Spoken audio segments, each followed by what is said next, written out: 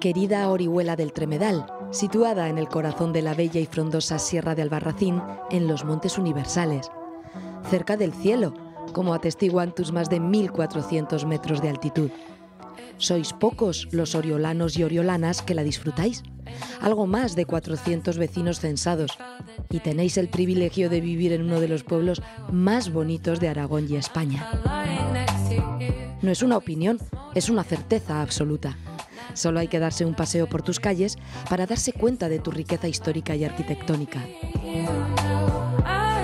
La iglesia de San Millán de la Cogolla, de estilo barroco, destaca sobre el resto de monumentos. Está situada en la parte más alta de tu casco urbano y fue declarada Conjunto Histórico-Artístico en 1972. La casa consistorial, del siglo XVI y estilo renacentista. El santuario de la patrona Nuestra Señora del Tremedal, en el cerro homónimo, donde, según la leyenda, se apareció la Virgen a un pastorcillo en el siglo XII. Eligió un buen lugar, ¿no creen?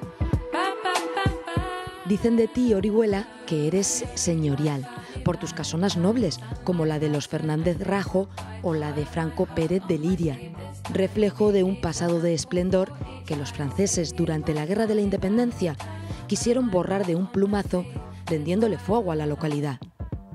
Aquel funesto 25 de octubre de 1809 quedó grabado para siempre en la memoria de tus vecinos, Orihuela. Pero el fuego no pudo con la piedra y el hierro, y mucho menos con la tenacidad y la fe de tus vecinos. Precisamente, el hierro es uno de los elementos más característicos del patrimonio arquitectónico de Orihuela del Tremedal. Lo podemos comprobar en muchas ventanas y balcones, con bonitos trabajos de hierro forjado que certifican que los herreros oriolanos eran los mejores de la comarca. Y ahora, echémonos al monte.